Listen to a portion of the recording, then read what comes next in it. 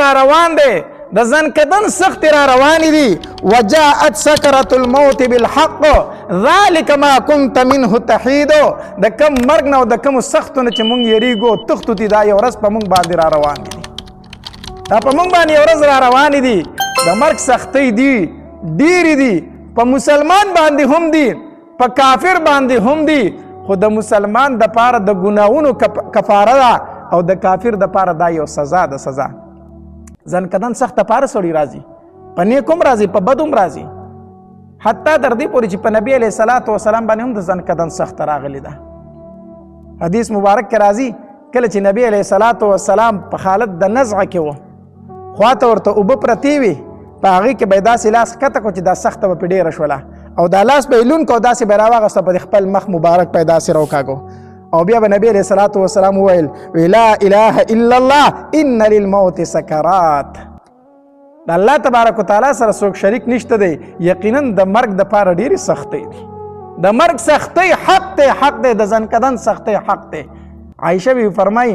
وی ما چې کله د نبی علیه الصلاة والسلام د ځنکدن سختي ولیده که نه نو زما دا وهم ختم شو وی مخکې به ما وي چې څوک بدعملی په هغه باندې د ځنکدن سختي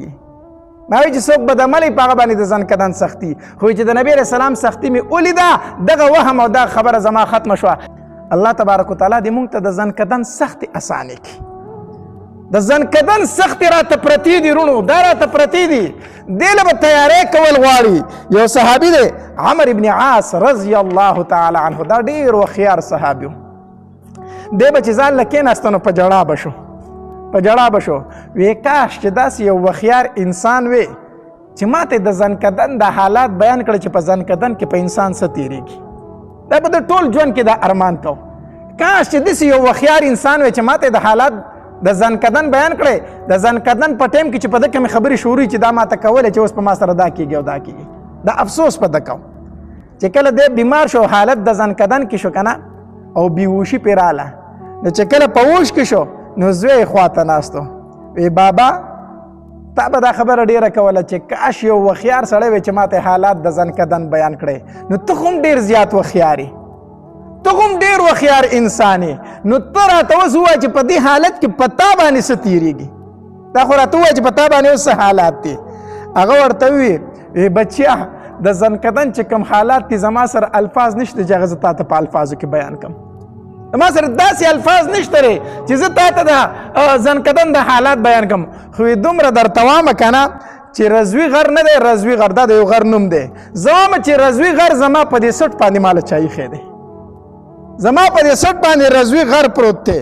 او داسې وامه ما ته داسې لګي چې زما په دې بدن کې د غنو یو څانګه خوره شوې ده او د هغې دا څانګې زما هر رګ ته رسېدلي دي او زما نه په خوله باندې دا څانګه څوک روباسي او هغه غني هغه ازغي زما دا رګونه شلې او داسې را روانه ده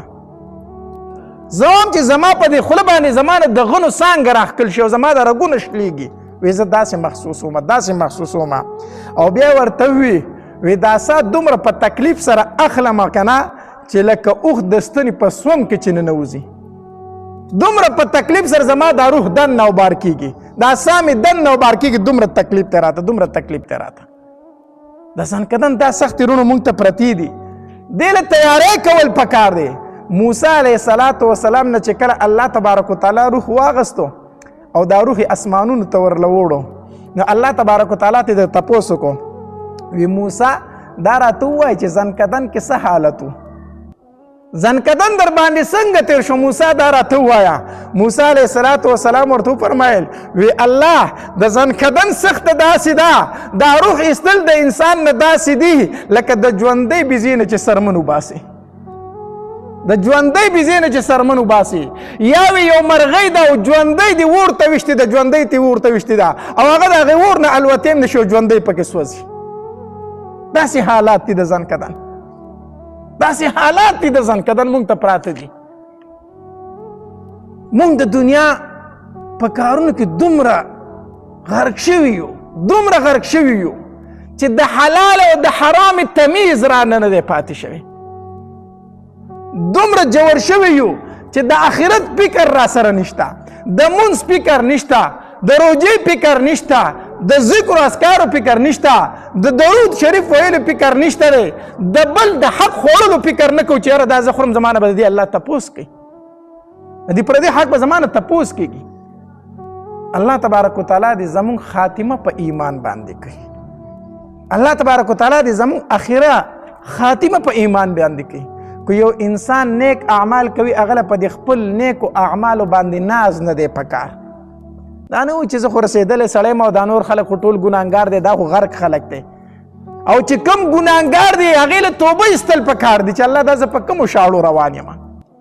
او نیکانو خلکو ته هم کو نیکي کوئ نو په دې ناز مه کوه، د الله نه د خاتمې سوال کوه. د خاتمې اصل شی خاتمه ده. حدیث مبارک کې راځي انما الاعمال بالخواتیم،